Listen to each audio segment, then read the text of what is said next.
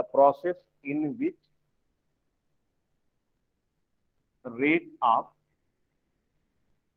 forward and backward change get same will be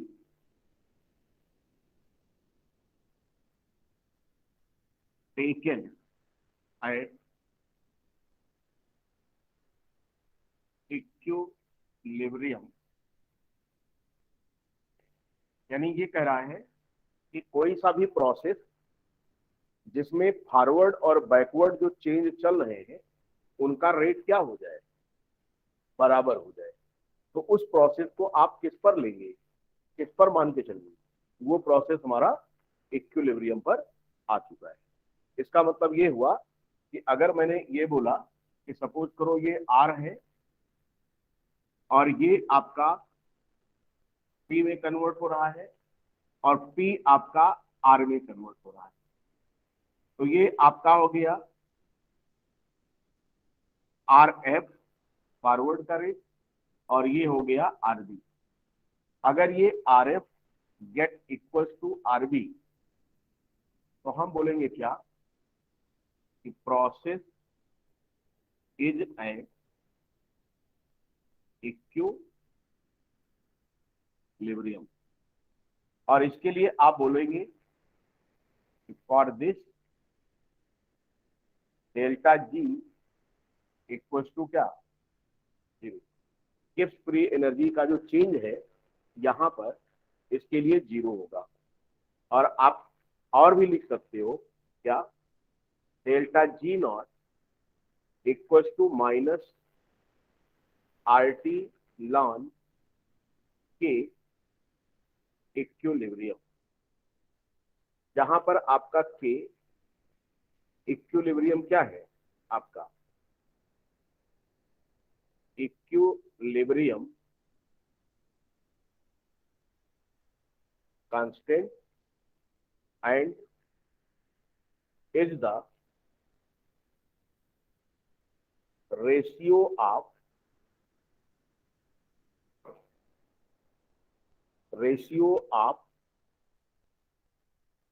forward and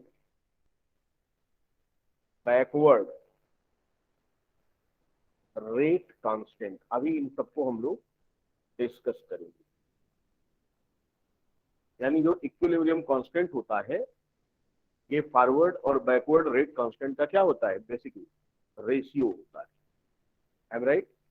सबको clear हो रहा है? ये बहुत सिंपल सा टॉपिक है और इसे यदि आप इसका कंसेप्ट नहीं जानते हैं तो फिर आपके इसके न्यूमेरिकल बहुत गलत होते हैं। लेकिन अगर ध्यान से इसको पढ़ें तो ये टॉपिक बहुत ही मतलब कि अच्छा टॉपिक है और इसमें आपको इंटरेस्ट आएगा। ठीक है, बस 11th में इस टॉपिक को छुड़वा दिया जाता है, इसलिए थोड़ा सा आपके लिए कठिन हो जाता है जो हमारे यहाँ नहीं पढ़ेंगे अगर वो पहली बार पढ़ रहे हैं इसको तो।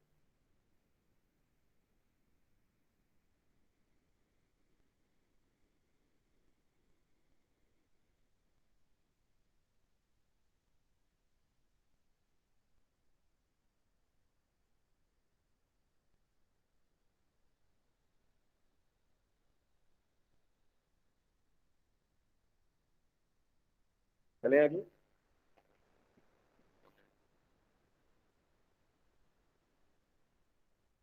देखिए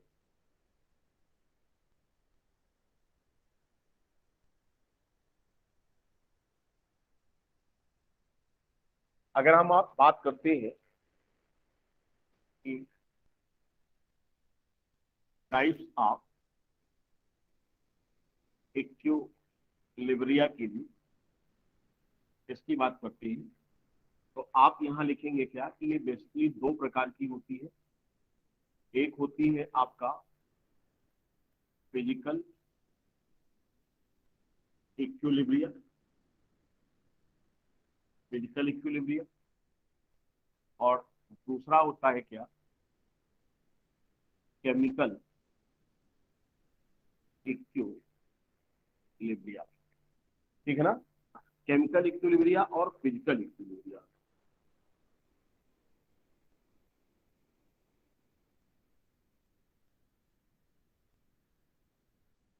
देखो समझो यहां पर, अगर हम लोग फिजिकल इक्विलिब्रिया की बात करते हैं, फिजिकल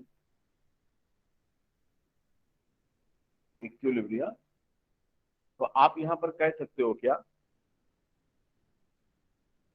इक्विलिब्रियम इज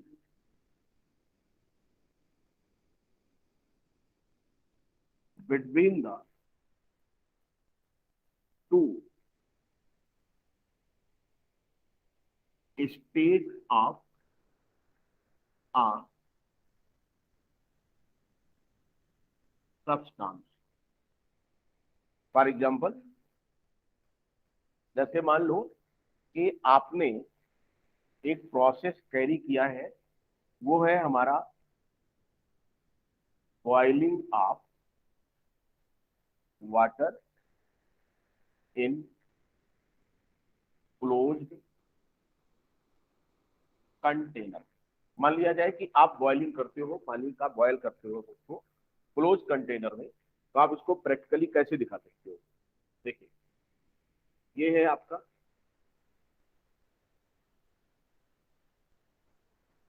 आपने कहा ये कंटेनर हमारा क्लोज है, ये वाटर है आपका, ये इसके सरफेस मॉलिक्यूल्स है,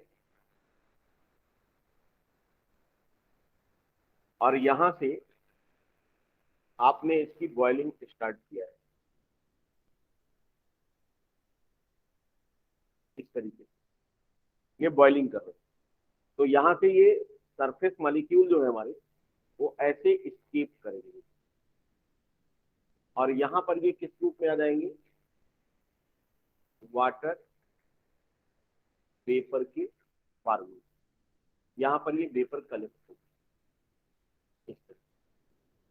और दूसरी घटना भी यहां पर चलेगी, ये भी चलेगा इस तरीके से, ये रिटर्न होगी, और जो वेपर कलेक्ट हो रही है वो यहां पर एक प्रेशर जनरेट करेगी। हम यहां पर अगर मान लेते हैं कि जो वेपर प्रेशर है, यानी इस वेपर के द्वारा per unit cross section area liquid के सरफेस पर जो प्रेशर पड़ रहा है वो इसका वेपर प्रेशर होगा। और अगर वो आपका 1 एटीएम हो जाए, यानी 1 एटीएम के बराबर हो जाए, तो ऐसी कंडीशन में यहाँ का जो टेम्परेचर होगा, टेम्परेचर इस समय वो आपका 100 डिग्री सेल्सियस होगा, जो कि इसका क्या कहलाएगा, बॉइलिंग टेम्परेचर। इसका मतलब इस वाटर की जो बॉइलिंग चल रही है, अगर ये 100 डिग्री सेल्सियस पर है, तो इसका जो वेपर प्रेशर होगा, इसके वेपर के द्वारा जो प्रेशर इस पर पड़ रहा होगा, वो कितना हो गया होगा, 1 एटीएम। क्लियर। तो यहां पर हम कह सकते हैं क्या, कि आपका इस प्रोसेस में हो क्या रहा होगा, इस प्रोसेस में क्या चल रहा है, आपका ये वाटर है जिसको आप लिक्विड कह रहे हो। वाटर शुरुआत में वेपोराइज हो करके किसमें कन्वर्ट हुआ, वाटर वेपर में, जो कि गैस है, लिक्विड फिर गैसियस में, और ये कंडेंस होकर के वापस भी इसमें लौट रहा। तो इसको आपने कहा वेपोराइजेशन, देखो वाष्पीकरण, और इसे आपने कहा क्या, कंडेंसेशन। क्लियर। और आप ये देखेंगे क्या कि एट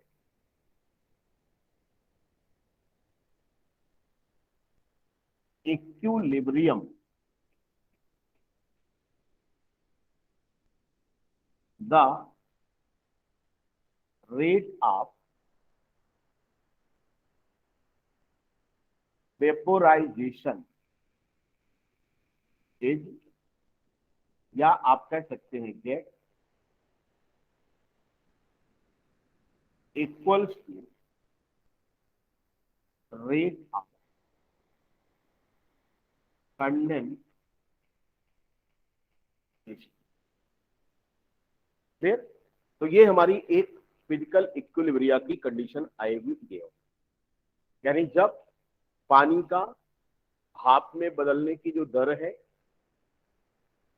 भाप का वापस से पानी में बदलने की जो दर है, ये दोनों आपस में जब बराबर हो जाएंगी, ठीक है ना, तो उसे आप बोलेंगे क्या, इक्विलिब्रियम की कंडीशन।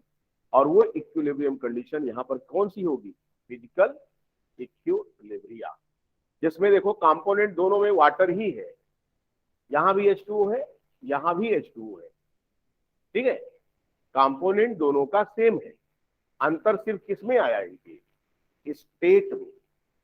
जब इक्विलिब्रिया स्टेट के अनुसार डील हो रही हो, तो ऐसे इक्विलिब्रिया को हम कहते हैं क्या, फिजिकल इक्विलिब्रिया। और जब दो डिफरेंट केमिकल कंपोजिशन के बीच में हो, तब उसे हम लोग केमिकल इक्विलिब्रिया बोलते हैं। फिजिकल इक्विलिब्रिया के और भी ढेर सारे एग्जांपल आपको इसमें दिए गए हैं, आप देख सकते हो। तो यानी आप कह सकते हो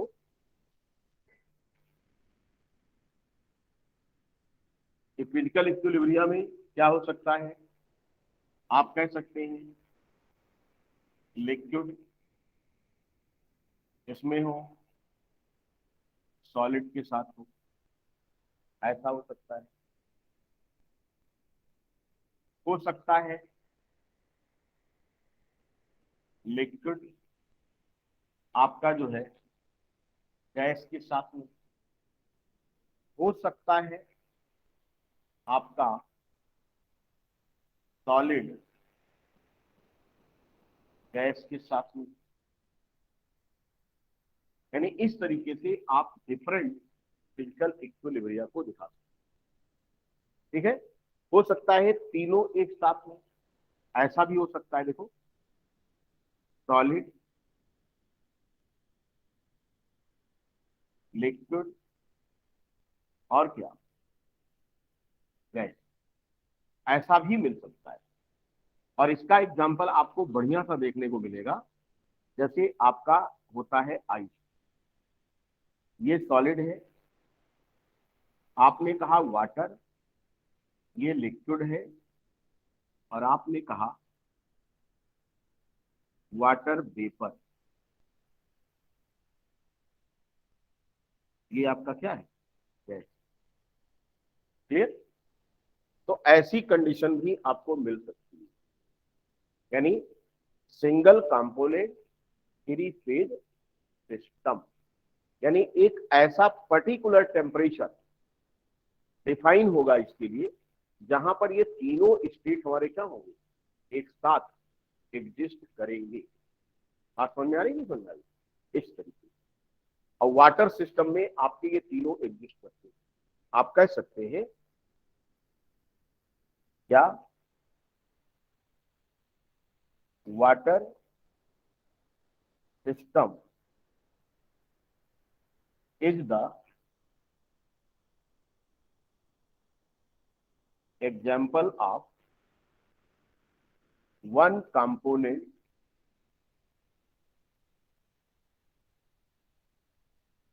थ्री फेज सिस्टम, एक कंपोनेंट और थ्री फेज सिस्टम। क्लियर? दूसरा आप कह सकते हो all the three phases of water system को एग्जिस्ट एट यूटेक्टिक पॉइंट, या आप कह सकते हो एट, यहां पर ट्रिपल पॉइंट बोलेंगे, ट्रिपल पॉइंट, जहां पर तीन कर्व एक साथ आकर के मिलते हुए नजर आए। यानी कहने का मतलब ये हुआ कि अगर हम ग्राफ से इसको रिप्रेजेंट करना चाहें सिस्टम को, तो आप ऐसे कर सकते,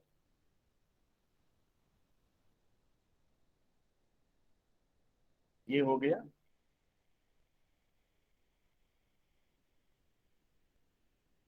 ऐसा।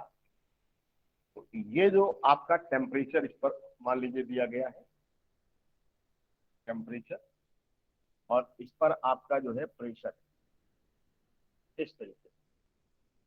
तो ये कर्व हुआ, ये कर्व हुआ, और ये कर्व, ये फर्स्ट, ये सेकेंड, और ये आपका हो गया थर्ड नंबर।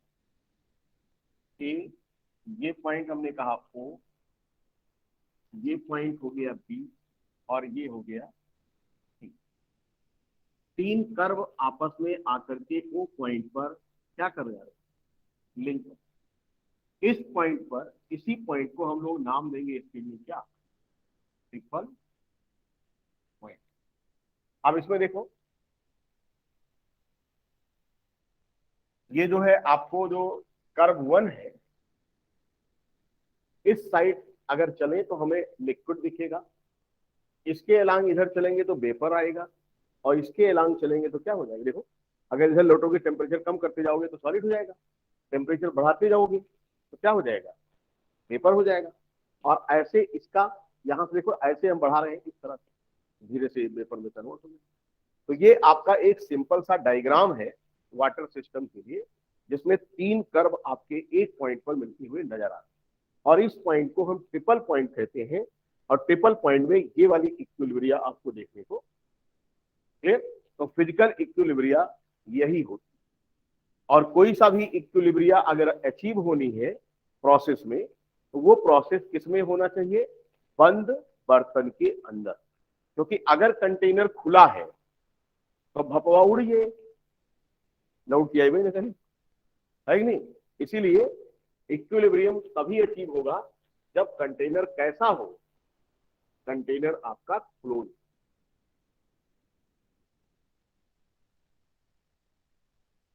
अब दूसरी तरफ देखो आप, अगर हम केमिकल इक्विलिब्रियम की बात करते हैं, तो यहां पर हम देखेंगे क्या रिएक्शन में इक्विलिब्रियम आएगी। आप कह सकते हो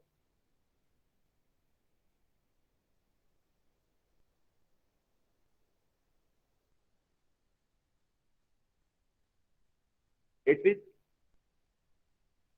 observe only for, only for molecular reaction which proceeds in both direction and carry on in closed container. ठीक है, क्लोज कंटेनर में चल रहा हो, तभी आप इसे जो है केमिकल इक्विलिब्रिया को पा सकते हो, अदरवाइज केमिकल इक्विलिब्रिया एग्जिस्ट नहीं करेगी। मिटाएं इधर का, बोलो भाई, डायग्राम मिटाएं।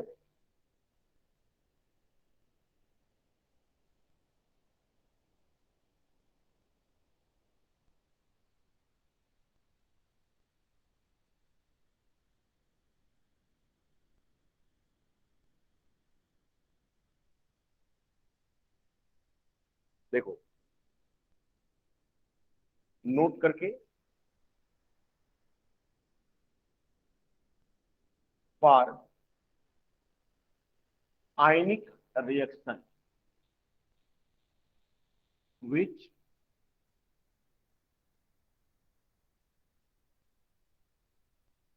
complete, which completed कर सकते हो, completed within fraction of second।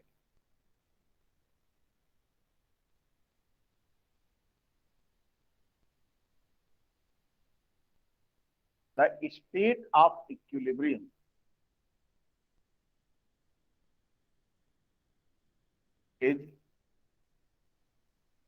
Hardly explain.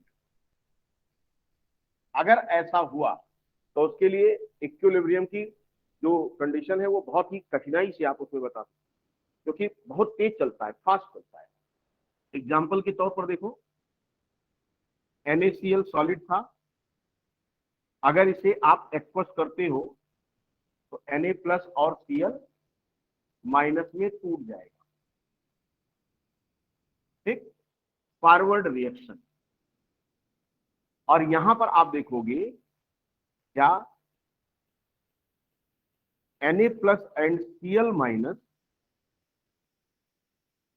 Rarely form NaCl in solution, that means backward reaction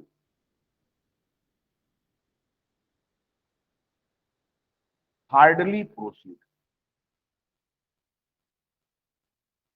कठिनाई से इधर चलेगा ही नहीं।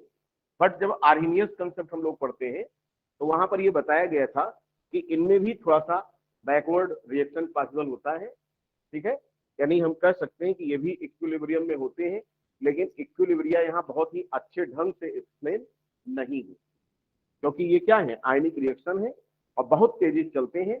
इनमें बैक होने का चांस क्या होता है, बहुत कम होता है। क्लियर? तो इसीलिए ध्यान रखिएगा कि आयनिक इक्विलिब्रिया जब हम लोग बात करते हैं तो वहां भी हम लोग ऐसे मॉलिक्यूल की बात करेंगे जो अपने आयनों में टूटता हो लेकिन 100% न टूटता हो। ठीक है, तो ये ध्यान रखना है आपको कि इक्विलिब्रियम के लिए हम लोग मॉलिक्यूलर रिएक्शन को तलाशते हैं।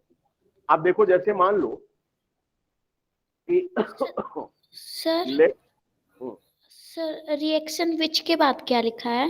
कहाँ पे? सर केमिकल वाले में डिफिनीशन में। यहाँ पे yes which proceeds in both direction and carry on in closed container। इधर क्या हो गया भाई, ऑनलाइन वाले भी बोलते रहे ना भाई, बोर्ड पर सब कुछ अच्छे से दिख रहा है भाई? Yes sir. बिल्कुल फर्स्ट क्लास, बाकी सब फर्स्ट क्लास है।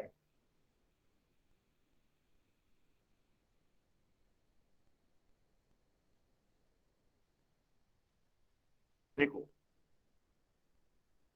हमने कहा कि let a reaction is taken place in close container है।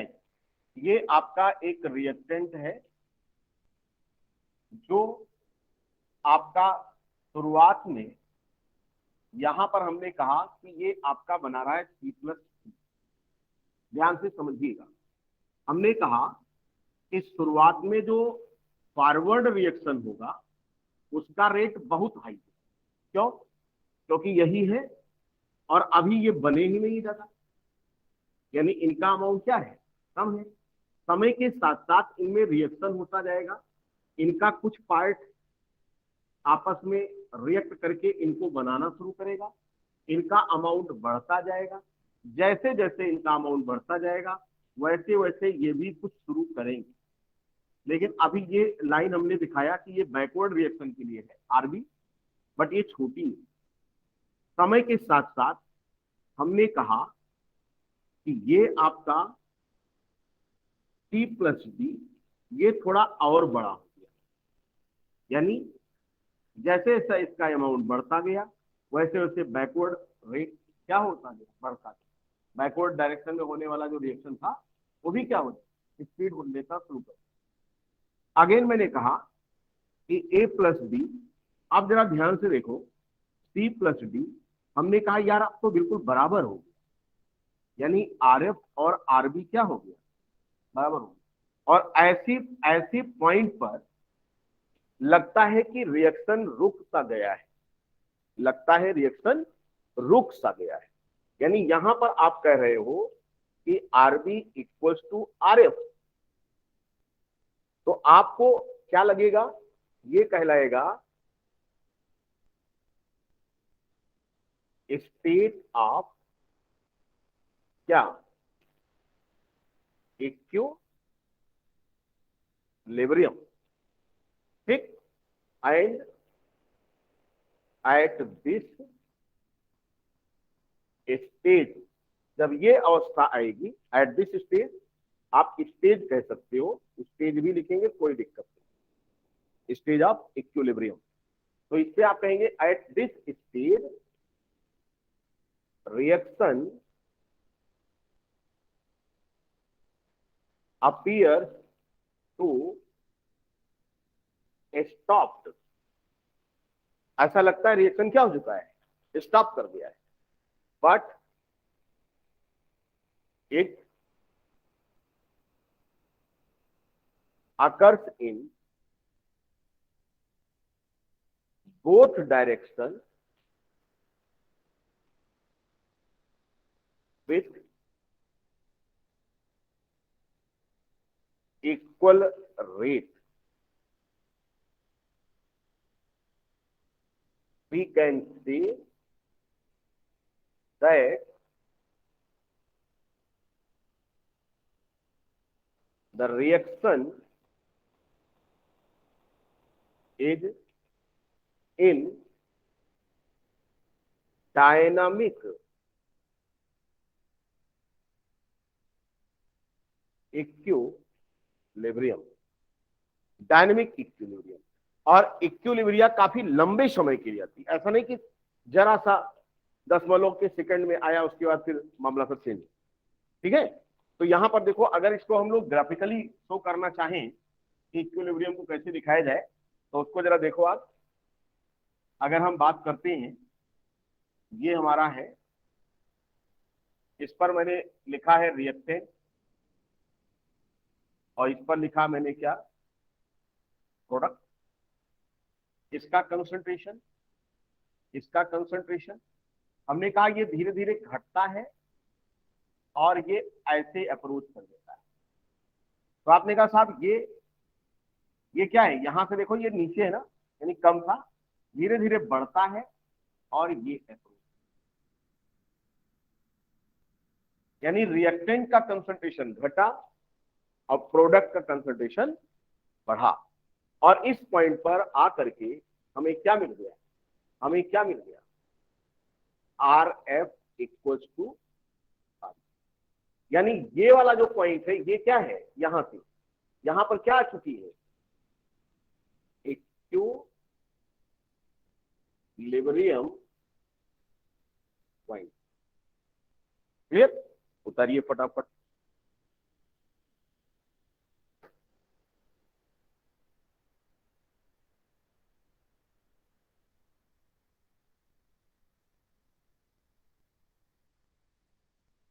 हमें ऐसा भी ग्राफ मिल सकता है, कोई जरूरी नहीं कि इसी तरीके का ग्राफ मिले, हमको ऐसा भी ग्राफ मिल सकता है, रिएक्टेंट, प्रोडक्ट, हमें ऐसा भी ग्राफ मिल सकता है इस तरीके का। अब इसके बाद देखो आप, अगर ऐसा ग्राफ मिला तो हम ये देखेंगे कहां से ये बराबर हुए, इस लाइन के पैरेलल कहां पर ये दिखे। हमने कहा ये पॉइंट हमारा क्या हो गया, देखो ये पॉइंट, यानी ये घटता गया, ये बढ़ता गया और ऐसा चल रहा है, ऐसा चल। तो हमने कहा क्या ये वाला पॉइंट इक्विलिब्रियम मान लिया जाए, आपने कहा नहीं सर, क्यों, क्योंकि ये बहुत कम समय के लिए आ रहा है। और यहां से देखो, यहां देखो, ठीक, यानी समय के साथ अब इनके कंसंट्रेशन पर कोई इफेक्ट नहीं पड़ रहा, यानी जिस रेट से ये उसी रेट से। तो ये पॉइंट जो आपका है, ये जो लाइन है यहां से लेके यहां तक, ये आपका क्या होगा, इक्विलिब्रियम का पॉइंट होगा। क्योंकि इस पॉइंट पर हम इक्विलिब्रियम को नहीं मानेंगे, ठीक है, क्योंकि वो बहुत कम समय के लिए एग्जिस्ट करेगा। तो ऐसा ग्राफ भी आपको देखने को मिल सकता है। और भी ग्राफ आपके एनसीईआरटी में है, वहां देखेंगे आपको क्लियर हो जाएगा। Any doubt?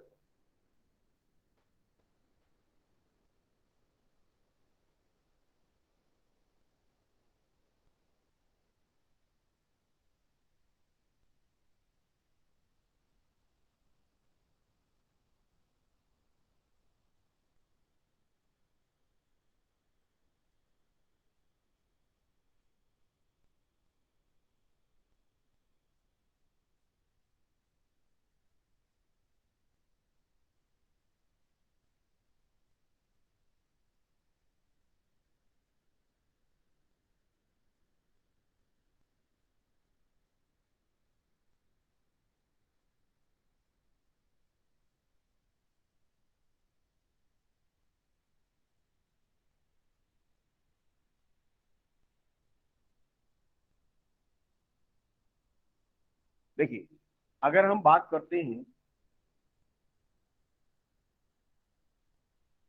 Characteristics of equilibrium की, तो आप जानते हैं क्या कि इक्विलिब्रियम पर, अगर इक्विलिब्रियम की हम बात करते हैं तो आरवी क्या हो जाएगा, आरएस के बराबर होगा। उसके बाद आप कह सकते हो कि achieved only when container is close. आप और कह सकते हो क्या, concentration of reactant and product get fixed at equilibrium. Equilibrium पर रिएक्टेंट और प्रोडक्ट का कंसंट्रेशन यानी अमाउंट फिक्स हो जाएगा। बराबर होगा या नहीं होगा ये नहीं कह रहे हैं, फिक्स हो जाएगा। इसके बाद और क्या आप पाएंगे इक्विलिब्रियम पर, जैसे मैंने कहा कि ये अमाउंट फिक्स हो जाएगा। दूसरा आप कह सकते हो it is dynamic in nature. तो ये कुछ इनके करेक्टर हो जाते हैं हमारे इक्विलिब्रियम के। हाँ हाँ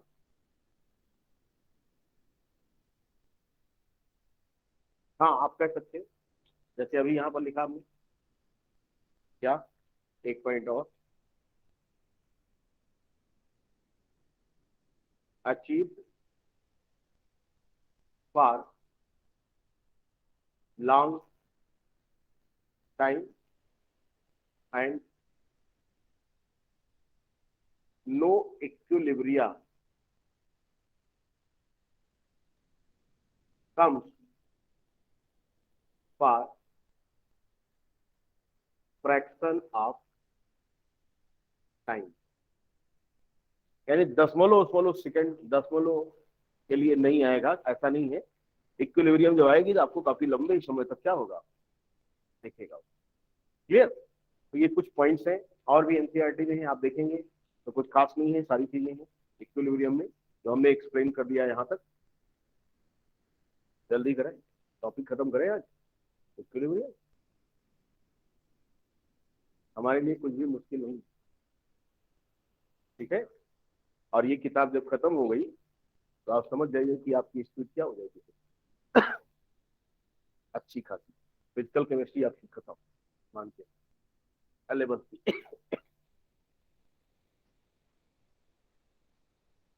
पहली बुक 11th की और पहली बुक सेकेंड ईयर, यही दोनों भारी होती है, बाकी फिर दो बुक्स में कुछ।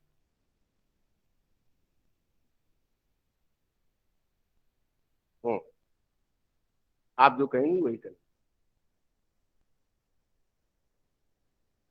नहीं, हम तो कह तो रहे हैं कि आप जो कहेंगे हम वही करेंगे, है कि नहीं? मैं सही कह रहा हूँ भाई।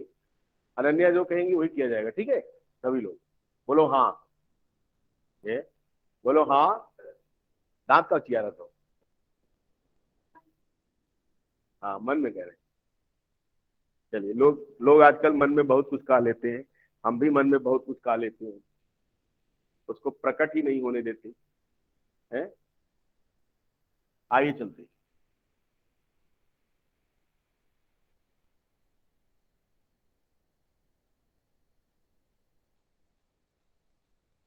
चाचा मुझे ला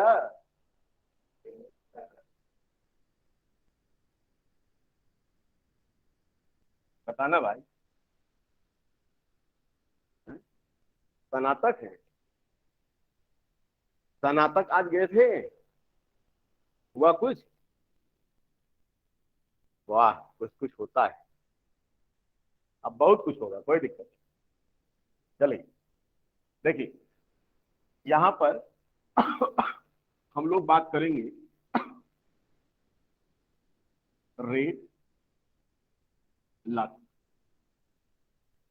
रेट ला। देखो, according to law of mass action,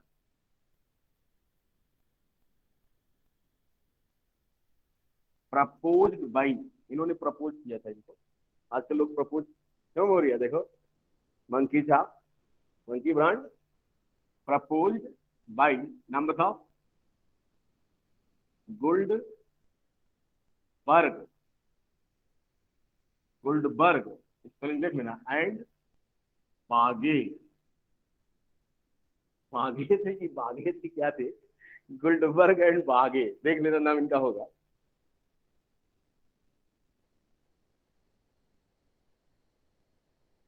the rate of any substance will be directly related to their active mass and stoichiometry of that raised as power over concentration, आप कह सकते हो एक्टिव मास। ठीक, जैसे आपका कोई substance ए है, वो पी दे रहा है, तो ए का पी बनाने का जो रेट होगा आर ए, वो हमारा क्या होगा? डायरेक्ट रिलेटेड होगा एक्टिव मास ऑफ ए। और यहां पर मान लीजिए अगर ए है तो ए स्टाइकियोमेट्री है, वो इसकी पावर हो जाए। यही है लॉ ऑफ मास एक्शन, जिससे रेट लॉ डिफाइन होता है। आप लिख सकते हो आर ए इक्वल्स टू के ए into active mass of A की पावर ए। ठीक, ये आपका है। अब मान लो कोई सा रिएक्शन हो, कोई सा रिएक्शन हो, मान लो जैसे रिएक्शन तो ये भी था, लेकिन इसमें सिंगल सब्सटेंस था, आप कह सकते हैं if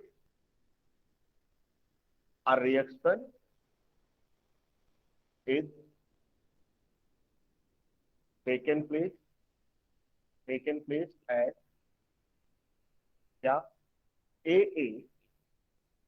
B B if C C D, ऐसा हो। फिर अब मान लिया जाए कि ये दोनों डायरेक्शन में चल रहा है ऐसा, तो हम कह सकते हैं कि R F equals to K F into active mass of A की power A, active mass of B की power B, and R B equals to K B into active mass of C की power C, within square bracket अगर represent हो रहा है symbol तो वो active mass का सिंबल।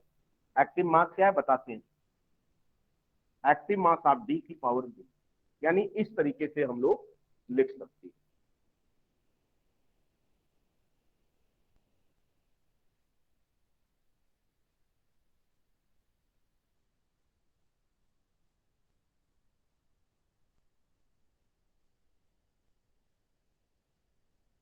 अब देखो, अगर हम क्या करते हैं, अगर हम ऐसा लिखते हैं, क्या एक टर्म होता है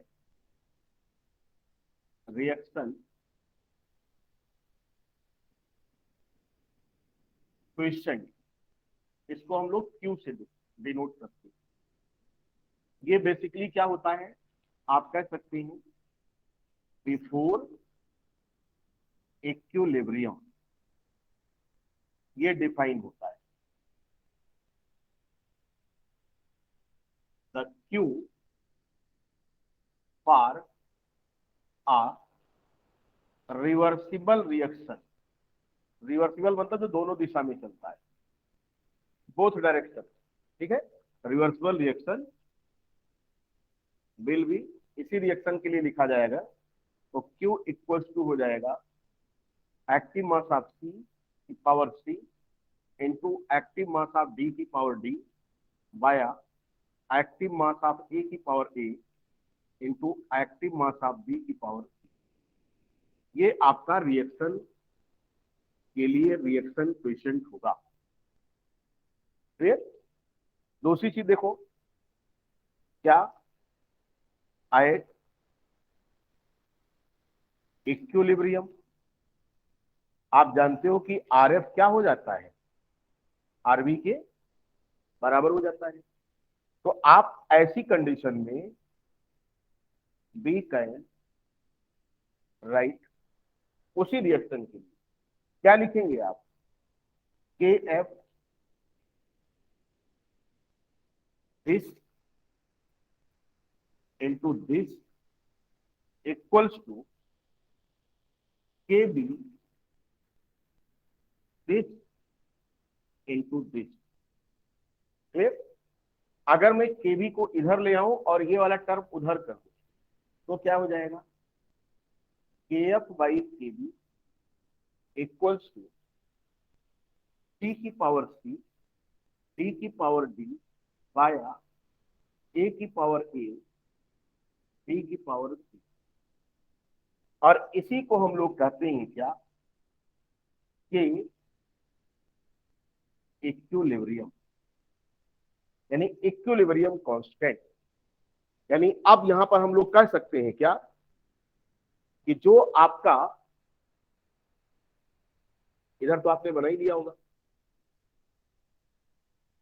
देखो यहां पर हम कह सकते हैं क्या, कि at equilibrium Q equals to K eq, ये भी होल्ड करेगा। क्यों, क्योंकि ये वाली चीज ये भी तो थी, तो इसको मैंने कहा ये बिफोर इक्विलिब्रियम है, और जब इक्विलिब्रियम आ जाएगा तो यही आपका क्या हो जाएगा, के इक्विलिब्रियम हो जाएगा। यानी फॉरवर्ड रिएक्शन का रेट कांस्टेंट बाया बैकवर्ड रिएक्शन का रेट कांस्टेंट, इन दोनों का जो रेशियो होगा वो क्या होगा, के इक्विलिब्रियम। क्लियर, कोई डाउट, उतारो फटाफट। Question is that what is active mass. Active mass, इसको हिंदी में कहते हैं सक्रिय द्रव्यमान। किसी भी रिएक्टेंट का या प्रोडक्ट का वह मास जो एक्टिवली पार्टिसिपेट करता हो, किसमें, रिएक्शन, उसे हम लोग क्या कहते हैं, उसका एक्टिव मास कहते हैं। क्लियर। एक्टिव मास को हम मोलरिटी के टर्म में डिफाइन करते हैं, number of moles which actively participate in reaction and present in 1 liter volume, वही उसका क्या हो जाएगा, एक्टिव मास हो जाएगा। तो आइए हम लोग एक्टिव मास की बात करते हैं।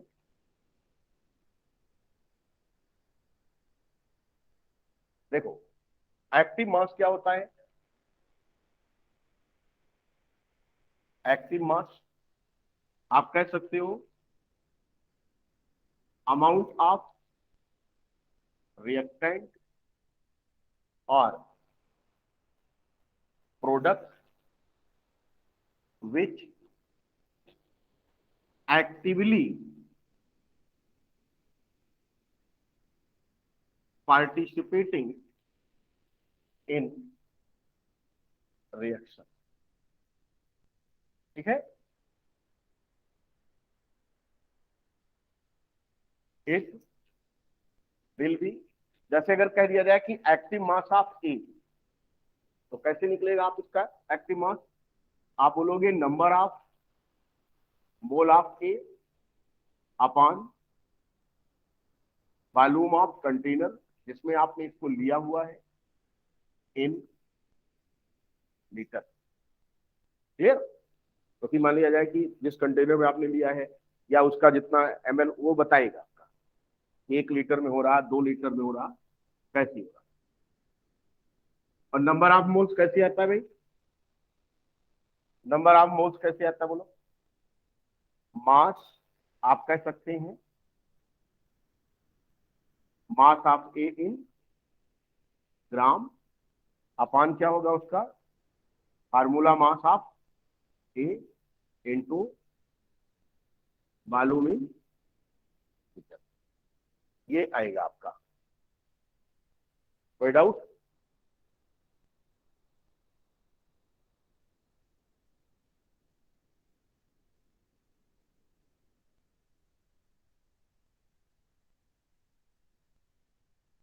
देखो यहां पर मैंने ये कहा कि active mass of A equals to mass upon volume कर लिया जाए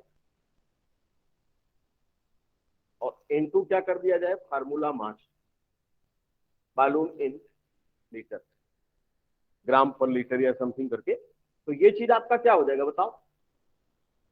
डेंसिटी हो जाएगी।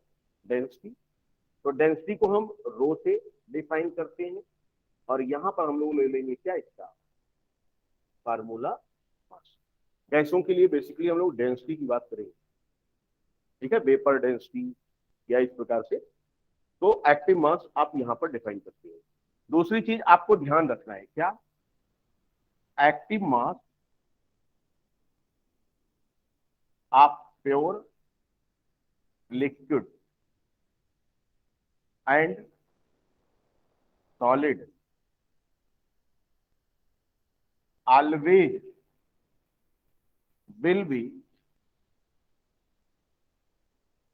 taken as unity, यानी 1, हमेशा उसको 1 लिया जाता है। कहीं पर भी होगा तो वहां आपको परेशान होने की जरूरत नहीं अगर सॉलिड स्टेट है उसे। Volume in litre.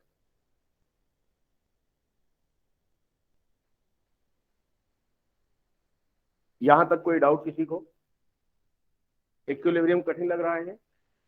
कितना आसान सा टॉपिक है।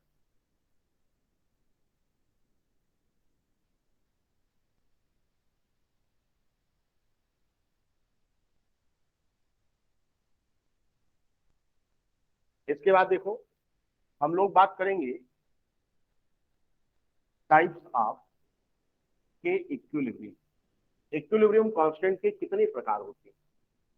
आप बोलेंगे पहला होता है केसी। ठीक, केसी कब आएगा? केसी का मतलब काली चरण है नहीं, काली चरण। केसी कब होगा? व्हेन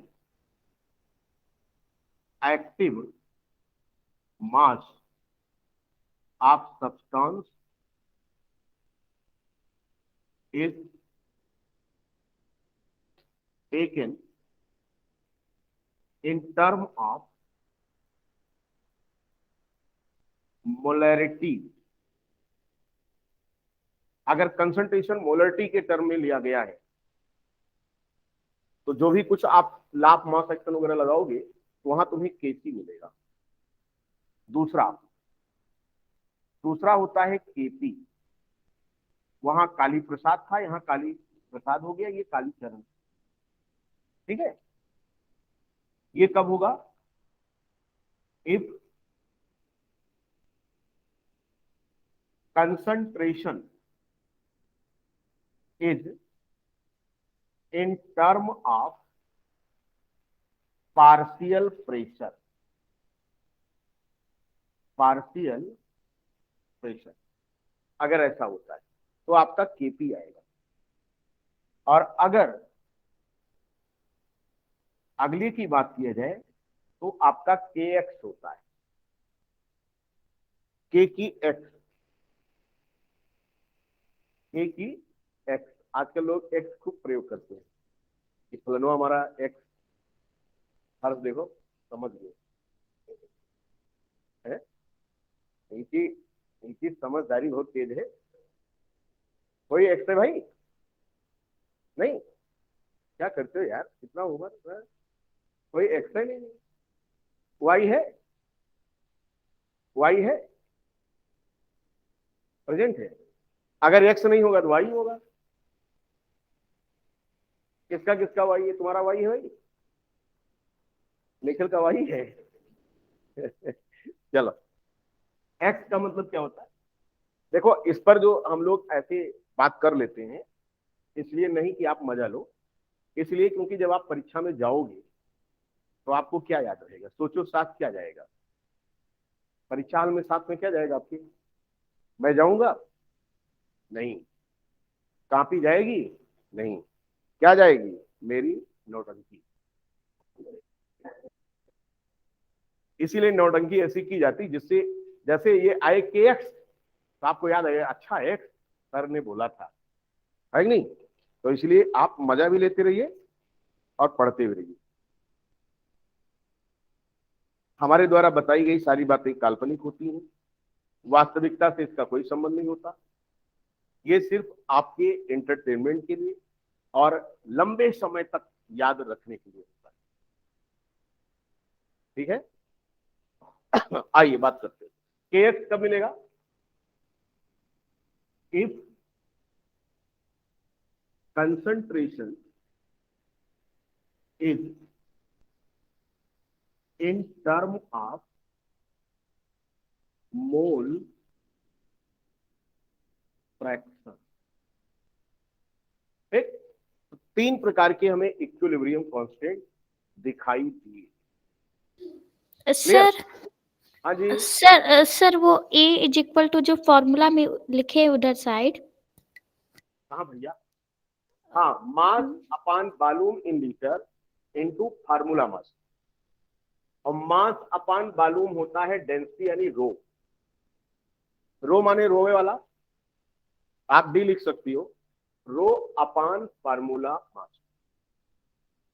अगर किसी गैस की डेंसिटी दी जाए और उसका फार्मूला मास दे दिया जाए तो उसकी डेंसिटी को उसके फार्मूला मास से डिवाइजन कर देना, आपको क्या मिल जाएगा?